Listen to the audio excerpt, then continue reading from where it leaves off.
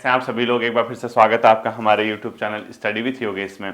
कल हम लोगों ने चंद राजवंश का यानी लास्ट टाइम पे जो हमने चंद राजवंश का शासन देख रहे थे, सोमचंद वगैरह, तो आप लोग ये समझ गए होंगे। ठीक है, अब इसमें एक चीज ध्यान रखना, ये जो आजकल टॉपिक्स चल रहे हैं बच्चों, ये तथ्यात्मक आधार पे ही चलेंगे। कोई ऐसा अभी चंद का प्रशासन, चंद का उन लोगों ने प्रशासन कैसे किया, रूल कैसे किया, एडमिनिस्ट्रेटिव सिस्टम क्या है, रेवेन्यू सिस्टम क्या है, टैक्सेशन सिस्टम क्या है, वो हम पढ़ ही नहीं रहे। ये जो पोर्शन है ये बेसिकली एक दिवसीय एग्जाम में आता है। जो यहाँ पे आप लोग आजकल देख रहे हैं वो बेसिकली वनडे एग्जाम जो होते हैं आपके तथ्यात्मक आधार पे या फैक्ट बेसिस के जो क्वेश्चन होते हैं वही आपको ये देखने को मिलेंगे। इसका मेंस से कोई सरोकार नहीं है। ठीक है, अब मुख्य परीक्षा में आपसे ये थोड़ा पूछेगा कि भारती चंद्र के बारे में लिखो, रुद्रचंद्र के बारे में।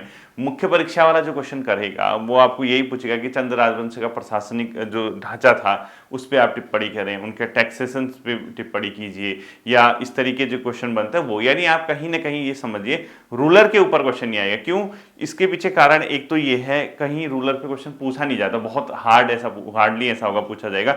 अगर एक चांस पूछा भी जाता तो कोई यहाँ पे उत्तराखंड में जो इतिहास है उसका कोई प्रमाणिकता इतनी स्पष्ट है ही नहीं। जो भी इतिहासकार है वो एक अजम्पशन पे चल रहे हैं कि ऐसा हुआ होगा, ये हुआ होगा, या अनुश्रुतियां ये हैं। ठीक है, इन सब चीजों पे चलते हैं। हमने क्या करना है, एग्जाम में हमारा क्या बेस्ट हो सकता है वो हमने कवर करना है। ठीक है, देखना बच्चों, जब थौरचंद शासन कर रहा था उसके बाद कुछ समय के लिए अभयचंद ने शासन किया। ठीक है, अभयचंद के बारे में एक दो फैक्ट मैं आपको बताता हूं।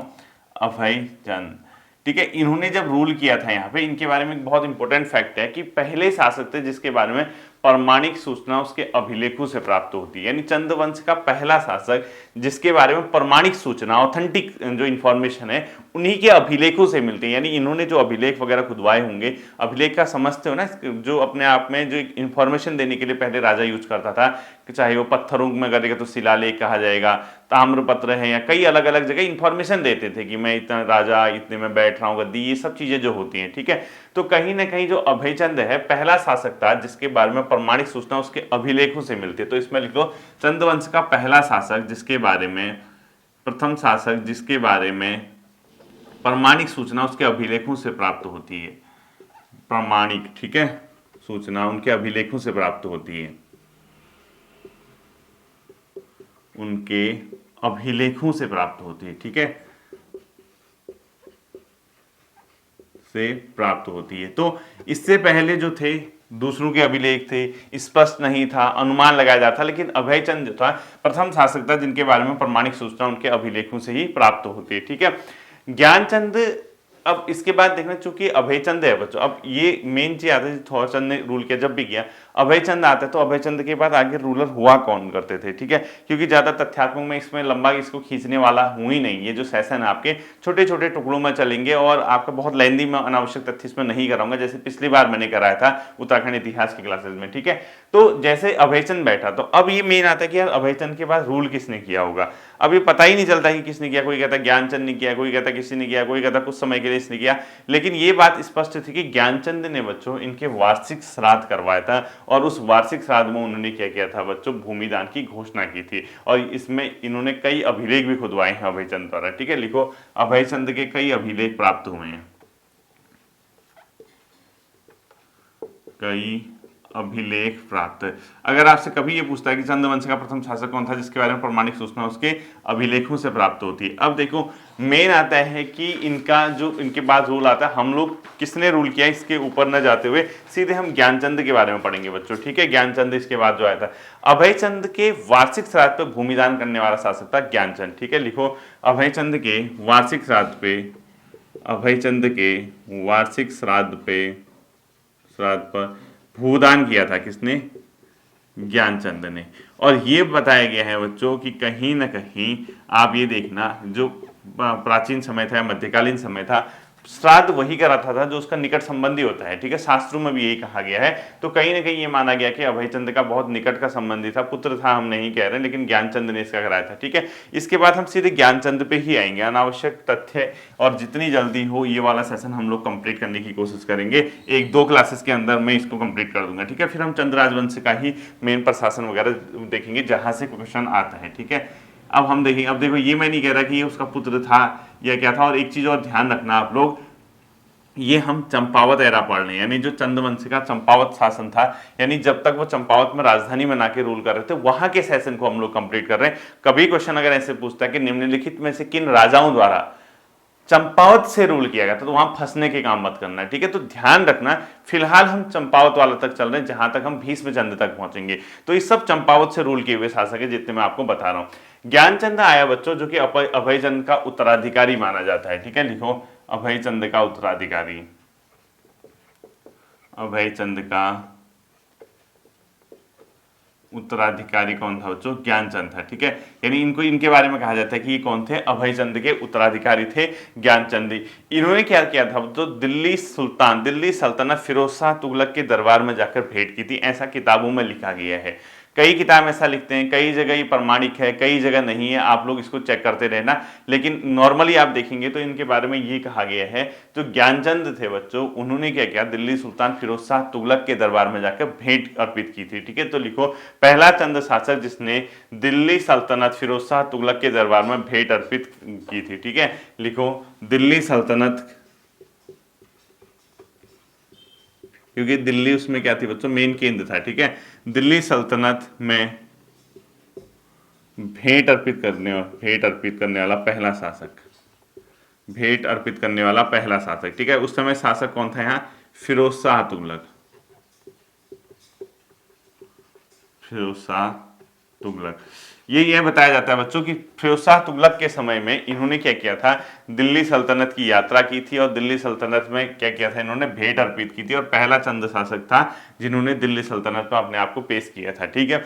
तो उसी के चक्कर में ऐसा बताया जाता है कि फिरोज शाह तुगलक या दिल्ली सल्तनत ने इनको गरुड़ की उपाधि ज्ञान दी थी, इसलिए इनको गरुड़ ज्ञानचंद भी कहा जाता है, ठीक है। लिखो गरुड़ की उपाधि प्रदान, इसीलिए इनको क्या कहा जाता है, कई अभिलेखों में आप देखेंगे गरुड़, अभिलेख नहीं मतलब नॉर्मली किताबों में लिखा रहता है, गरुड़ की उपाधि इन्होंने प्राप्ति की थी, जिसकी वजह से गरुड़ ज्ञानचंद भी कहलाते हैं, ठीक है। इनके बारे में सबसे इंपॉर्टेंट जो क्वेश्चन आता है एग्जाम की दृष्टि में आप देखेंगे, इन्होंने का एक ताम्रपत्र है बच्चों, जिसको गोबासा ताम्रपत्र कहते हैं, वो सुपर डुपर इंपॉर्टेंट क्वेश्चन है, कई बार पेपर में भी आए हैं। गोबासा ताम्रपत्र इनके ही है, ठीक है। लिखो गोबासा ताम्रपत्र, तांबे का, ठीक है, जिसमें इन्होंने अब कुछ इंफॉर्मेशन दी होगी। तो गोबासा ताम्रपत्र का संबंध किससे अगर पूछता है तो ज्ञानचंद से ही है गोबासा ताम्रपत्र, जो कि 1418 ईस्वी का बताया जाता है, ठीक है। 1418 ईस्वी का ये गोबासा ताम्रपत्र इन्हीं का है, किसका? चंद्रवंश के शासक ज्ञानचंद के द्वारा ही ये कराया गया है, ठीक है। अगला लिखना है इसके बाद नीचे बच्चों नोट करके लिखो। इसके बाद चूंकि ज्ञानचंद के बारे में बहुत ज्यादा तथ्य नहीं है, एक नोट करके लिखो, उद्यान चंद द्वारा बालेश्वर के चंपावत के बालेश्वर मंदिर का जीर्णोद्धार किया गया। उद्यान चंद के द्वारा चंपावत स्थित बालेश्वर मंदिर का जीर्णोद्धार किया गया, ठीक है, जीर्णोद्धार किया गया। और भी रूलर थे, लेकिन नॉर्मली हम उसके बारे में आप लोग को बता रहा हूं मैं, ठीक है। इसके बाद आता है बच्चों भारती चंद, जिसके बारे में अब कौन किसका पुत्र था, कौन किसका चाचा था, इसमें हमने जाना ही नहीं है, ठीक है। हम सिर्फ ये देखने वाले हैं रूलर के बारे में। मैं आपको इसके बारे में कब ढंग से समझाऊंगा, क्योंकि ये तो तथ्यात्मक है। क्या तथ्यात्मक है? जो ये रूलर है इनके बारे में मेन फैक्ट मैं आपको बता रहा हूँ। हमारा जो कॉन्सेप्ट आएगा वो आएगा जब इनके हम प्रशासन वगैरह में जाएंगे, यानी शासन प्रशासन इनका पढ़ेंगे, जिस प्रकार से हमने गढ़वाल का पढ़ा था ना अभी कुछ दिनों पहले पंवार राजवंश का, उसी प्रकार से, ठीक। अब आता है बच्चों इसके बाद भारती चंद रूल करने आते हैं, ठीक है।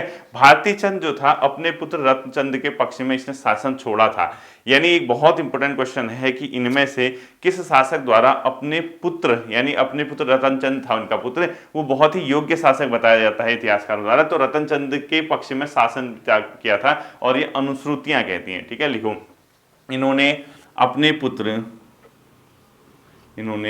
पुत्र रतनचंद के पक्ष में शासन का त्याग किया था, रतनचंद के पक्ष में शासन का त्याग, सत्ता का त्याग लिख दो, यानी सत्ता छोड़ दी थी, सत्ता का त्याग किया था। अब आप इस पॉइंट को समझना, मतलब जब ये रूल कर रहे थे, जब लास्ट समय था, क्योंकि इनका ये पुत्र काफी योग्य बताया जाता है, इन्होंने सत्ता का त्याग किया था। और मैं ये नहीं कह रहा ना कोई इतिहास में कह रहा हूँ, ये अनुश्रुतियां बताती हैं, ठीक है। अनुश्रुतियां यानी जो लोग कहते हैं, जो कहावतें हैं, उनमें ये कहा गया है कि इन्होंने अपने पुत्र के पक्ष में सत्ता का त्याग किया था। ये किसके द्वारा कहा गया बच्चों? अनुश्रुतियों के द्वारा, ठीक है। इनके समय में बच्चों एक जाति की उत्पत्ति हुई जिसको बोलते हैं नायक जाति, ठीक है। लिखो नायक जाति की उत्पत्ति हुई थी, नायक जाति की उत्पत्ति। ठीक है, यानी अगर कभी क्वेश्चन पूछता है कि इनमें से किस शासक के समय, किस चंद शासक के समय नायक जाति की उत्पत्ति हुई थी, वो है भारती चंद। ठीक है, इन्होंने चंद राजवंश को डोटी राज्य से मुक्त किया। डोटी मतलब नेपाल के रूलर थे। वो क्या करते थे बच्चों, चंद के साथ उनका आक्रमण चलता रहता था और बहुत लंबे लंबे संघर्ष चलते थे। तो 12 वर्ष के लगातार संघर्ष के बाद इन्होंने क्या किया, डोटी से चंद राज्य को मुक्त कराया था। तो लिखो, डोटी राज्य से 12 वर्ष तक युद्ध किया था चंद को, जो डोटी से स्वतंत्र किया। ठीक है, लिखो डोटी राज्य से, डोटी मतलब नेपाल का राज्य, ठीक है, राज्य से 12 वर्ष संघर्ष किया। ठीक है, 12 वर्ष क्या किया इन्होंने, संघर्ष किया, और उसका परिणाम क्या हुआ, डोटी से चंदों को स्वतंत्रता दिलाई। गो स्वतंत्रता व संप्रभुता, स्वतंत्रता दिलाई, वो संप्रभु बना था बच्चों। ठीक है, कौन, चंद राजवंशी। किसके बाद, डोटी से जब उसने लगातार संघर्ष किया, देन उसके बाद डोटी राज्य से 12 वर्ष तक संघर्ष किया, डोटी से चंद को स्वतंत्रता व संप्रभुता दिलाई थी इसने। ठीक है, किसने, भारती चंद के द्वारा, यानी इसी के बारे में क्या है, भारती चंद के द्वारा इन्होंने किया गया था। ठीक है, अब देखना, चूंकि उस समय वहां का शासक जयमल्ल या यक्षमल्ल था, डोटी का शासक। ठीक है, उसमें लिखो डोटी राज्य का शासक, डोटी राज्य का शासक कौन था, जयमल्ल या यक्षमल्ल ऑब्लिक यक्षमल। ठीक है, ये यहाँ के शासक हुआ करते थे जिस समय पे भारती चंद ने डोटी राज्य को पराजित किया। ठीक है, एक कुमाऊं की वीरंगना है बच्चों, भागा धौन्यान, उसके साथ इसका द्वंद्व युद्ध का वर्णन मिलता है। द्वंद्व मतलब ऐसा कोई नहीं फाइट वगैरह वाला, एक प्रकार की कहावतों में बोला गया, उसके बाद वो कुछ बोलते थे, ये कुछ बोलते थे, इस प्रकार से मतलब आपस में द्वंद्व युद्ध हुआ करता था, ऐसा कुछ बोलते होंगे। ठीक है, तो जो भारती चंद है उसका कुमाऊं की एक वीरंगना है बच्चों, कुमाऊं की एक वीर नारी बताया जाता है इतिहासकारों द्वारा, जिसका नाम है भागा धौन्यान। उनके साथ इनका क्या मिलता है, एक प्रकार से द्वंद्व युद्ध का वर्णन मिलता है। किसमें, कुमाऊं में, पवाड़ो या भड़ो में। ठीक है, लिखो पवाड़ो, पवाड़ो क्या होता है पता है आपको, लोक गाथाएं टाइप की। ठीक है, जो अनुश्रुतियां होती हैं, जो लोग कहते हैं, पवाड़ो ऑब्लिक हड़ू में कुमाऊं की वीरंगना, कुमाऊं की वीरंगना, इसका नाम है भागा धौन्यान, के साथ द्वंद्व युद्ध का वर्णन मिलता है। ठीक है, के साथ द्वंद्व युद्ध का वर्णन किसका मिलता है, भारती चंद का मिलता है। ये भी आप लोग ध्यान में रखना, ये पेपर में कभी कभी पूछा जाता है। ठीक है, इसने क्या किया बच्चों, सिरा, सिरा डिडिहाट का इलाका था, सोर पिथौरागढ़ को कहा जाता था। ये तो पता होगा ना, सिरा कौन सा इलाका कहला था उस समय, सिरा था बच्चों डिडिहाट का इलाका, और सोर किसको बोला जाता था, पिथौरागढ़। सिरा व सोर के जो शासक थे बच्चों, उनको भी अपने अधीन लाने का इसने प्रयत्न किया, और इसके साथ सिरा, सोर और थल जैसे इलाकों पे इसने क्या किया था, कब्जा किया था, वो हम लोग नहीं देखेंगे। ठीक है, इसके बाद आता है बच्चों इनका अगला मतलब जो रूलर, वो था रतन चंद। ठीक है, क्योंकि मैंने ये बताया ना, इसने अपने पुत्र रतन चंद के चक्कर में शासन छोड़ा था, इस वाले फैक्टर से ये ध्यान रखना, निम्नलिखित में से कौन सा चंद शासक था जिसने अपने पुत्र के पक्ष में सत्ता का त्याग किया था, तो भारती चंद हो जाएगा। ठीक है, तो उसका पुत्र रतन चंद था, उसके पक्ष में इन्होंने क्या किया था बच्चों, सत्ता का त्याग किया था। तो अगला लिखो आप लोग, रतन चंद योग्य तथा कुशल शासक था, जो कि डोटी राज्य से नागमल्ल का विद्रोह हुआ था इसके समय में। ठीक है, रतन चंद, ये ज्यादा नहीं है इसके बारे में फैक्ट है, हमने बस ये देखना है कि भारती चंद के बाद रूल में कौन आया था, रतन चंद आया था। इसने क्या किया था जब ये सत्ता में आया था बच्चों, चूंकि ये योग्य व कुशल शासक बताया जाता है, वो इसलिए भी क्योंकि इसके पिता ने इसके पक्ष में शासन छोड़ा था, ऐसा कहते हैं इतिहासकार कि काफी योग्य व कुशल शासक था, इसीलिए इसके पक्ष में क्या किया था, सत्ता का त्याग किया था। डोटी राज्य में नागमल्ल का विद्रोह हुआ था इसके समय में। ठीक है, और रतन चंद द्वारा इसे पराजित कर स्वयं कब्जा कर लिया था। ठीक है, लिखो डोटी राज्य में, डोटी नेपाल, ठीक है, नागमल्ल का विद्रोह, नागमल्ल एक वहां का क्या था, सामंत या सरदार मान के चलिए आप, नागमल्ल का विद्रोह हुआ था, और इस विद्रोह के बाद क्या किया, रतन चंद द्वारा पुनः डोटी पर कब्जा, रतन चंद द्वारा क्या किया गया था, उसको पराजित किया गया था। ठीक है, किसको, नागमल्ल को। तो रतन चंद द्वारा इसे पराजित कर कब्जा कर लिया गया था। लिखो पराजित कर पुनः कब्जा। ठीक है, यानी आप समझ गए ना क्या लिखना चाह रहा हूं मैं। अगर पूछता है कभी कि डोटी राज्य में नागमल्ल का विद्रोह किस चंद शासक के में हुआ था, रतन चंद, और रतन चंद ने इसे पराजित करके पुनः इस पे क्या कर लिया था बच्चों, कब्जा कर लिया था। ये ध्यान रखना। इसने क्या किया, जागेश्वर धाम की यात्रा की तथा उसे कई ग्राम को दान किया था। ठीक है, लिखो जागेश्वर धाम की यात्रा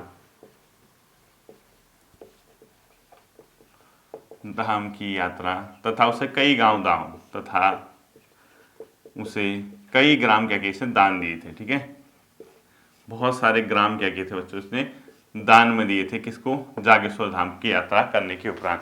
रतन चंद के बाद आता है बच्चों कीर्ति चंद। बहुत ज्यादा इसके बारे में भी हम लोग नहीं देखने वाले हैं, आप सिर्फ ये ध्यान रखना इस वाले पॉइंट्स पे कि यार ये रूलर जो है सब के सब चंद वंश के चंपावत शाखा के रूलर हैं। ठीक है, यानी इन लोगों ने जो रूल किया है वो कहां से किया है? चंपावत से किया है। इस पॉइंट्स को आप लोग हमेशा ध्यान रखना कि ये यहाँ के रूलर ना होके कहाँ के रूलर है? चंपावत शाखा के इनके रूलर हैं। तो रतन चंद के बाद आता है बच्चों सत्ता में कीर्ति चंद, जो कि काफी वीर और साहसी बतलाया जाता है बच्चों। इसने कई क्षेत्रों को विजय किया, जिसमें डोटी पर जिसने डोटी को भी इसने पराजित किया, क्योंकि वहां चलते रहता था। ठीक है, इसके अलावा बारामंडल का क्षेत्र है बच्चों, खगमरा कोट यानी अल्मोड़ा का क्षेत्र है, या कैडारो बैरारो का क्षेत्र है, फालदा कोट है, इन सभी क्षेत्र या पाली पछाओं पर इसने क्या किया था? अधिकार किया था। तो कीर्ति चंद के बारे में हम कोई भी ऐसा फैक्ट नहीं पढ़ने वाले हैं, क्योंकि आपका पेपर में आना बहुत मुश्किल है। अनावश्यक तथ्य लिख के कोई फायदा नहीं है। ठीक है, कुछ नहीं मिलने वाला उल्टी सुल्टी चीजें पढ़ के। बस आप ये ध्यान रखना कि रतन चंद के बाद कीर्ति चंद सत्ता में आया, जो कि काफी, एक दो पॉइंट लिख लो, काफी वीर तथा साहसी शासक था। लिख लो, ऐसी नोट करके खुद ही लिख लो, काफी वीर तथा साहसी शासक था। इसने डोटी को पुनः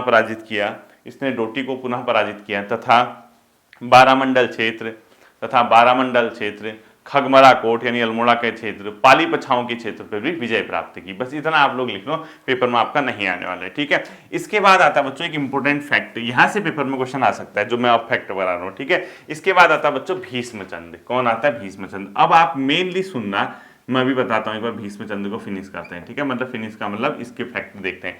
भीष्मचंद जब रूल करने आया बच्चों, ये अंतिम शासक था जिसने चंपावत से रूल किया था। ठीक है, तो मोस्ट इंपोर्टेंट कर देना, अंतिम शासक जिसने राजधानी चंपावत से रूल किया था, जिसने चंपावत से शासन किया था। इसका मतलब समझे आप?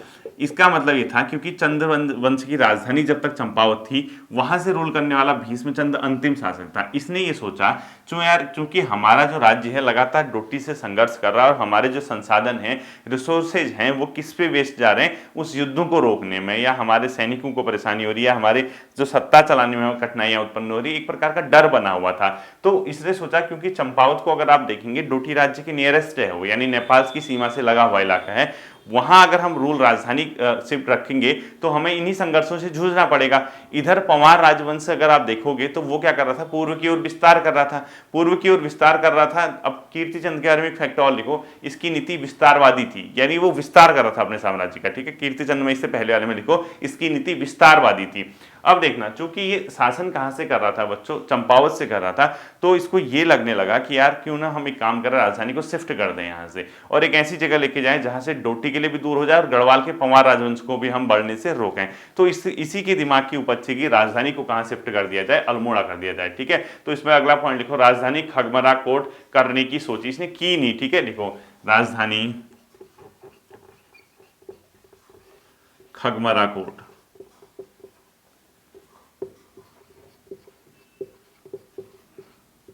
राजधानी खगमरा कोट करने की सोची, यानी इसका ये मतलब है कि ये चाहता था कि राजधानी कहां चली जाए? खगमरा कोट चली जाए। अब खगमरा कोट मतलब अल्मोड़ा।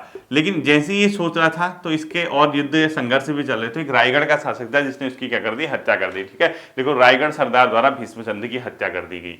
रायगढ़ सरदार द्वारा इसकी हत्या, रायगढ़ सरदार द्वारा हत्या। ठीक है, रायगढ़ सरदार द्वारा हत्या कर दी गई। ठीक, अब देखो जैसे ही रायगढ़ सरदार द्वारा हत्या की गई तो कल्याणचंद था बच्चों। इसके बाद कल्याणचंद ने क्या किया? इस रायगढ़ सरदार को पराजित करते हुए 1563 ईस्वी में कल्याणचंद द्वारा खगमरा पर एक नया शहर बनाया गया, जिसको अल्मोड़ा कहा गया, और वही उसकी राजधानी बनाई गई। ठीक है, अब मैं ये नहीं दिखाऊंगा कि यार एक रायगढ़ के शासक को हराया, फिर ये किया वो किया, कुछ नहीं पढ़ना है। तो अगला पॉइंट इसमें नोट करके लिखो, इसमें नोट करके लिखो, नोट 1563 ईस्वी में, 1563 ईस्वी में कल्याणचंद द्वारा 1563 ईस्वी में कल्याणचंद द्वारा खगमरा कोट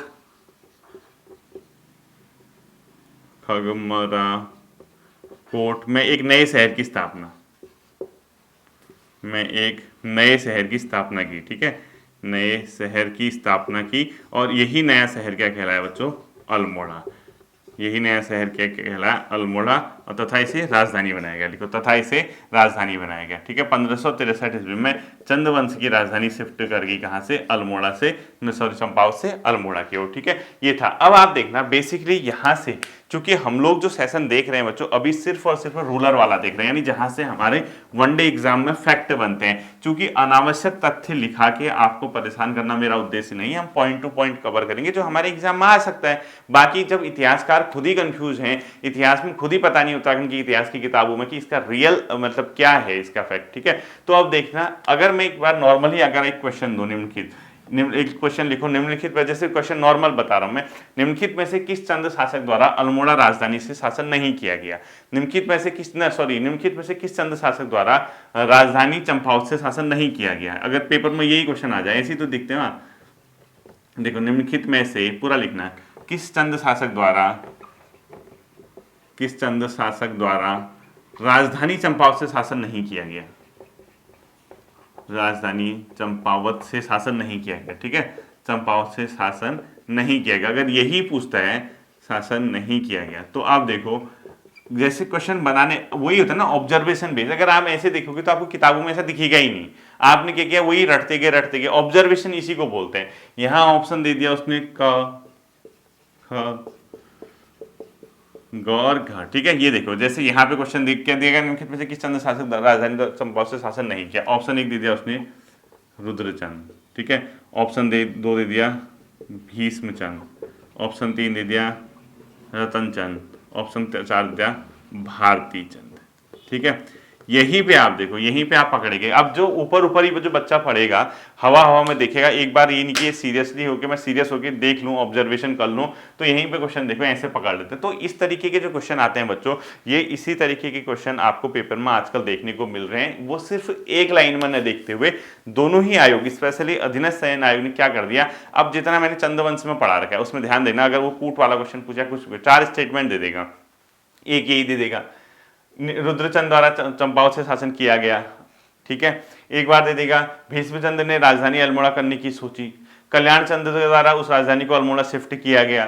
ठीक है, इसके अलावा भारती चंद ने अपने पुत्र के पक्ष में सत्ता का त्याग किया। इनमें से कौन कौन से कथन सही है, कौन से गलत है? पढ़ा होगा वैसे ही बन जाएगा, नहीं पढ़ा होगा फिर घूमते रह जाओगे, कहोगे सर आत्मा परमात्मा के पास चलेगी, सर बेहोश हो गए एग्जाम में, कैसे हमें होश आए, कैसे हम अपने आप को सही करें, या कैसे हम खुद को उस एग्जाम को फेस करने लायक बनाएं? मेरा एक ही जवाब होगा, डेली प्रैक्टिस। एक बार पढ़ लीजिए, अच्छे से पढ़ लीजिए, लाइफ टाइम काम आएगा। ठीक है, फिर मिलते हैं अगले सेशन पर, अपना ध्यान रखिएगा। Thank you.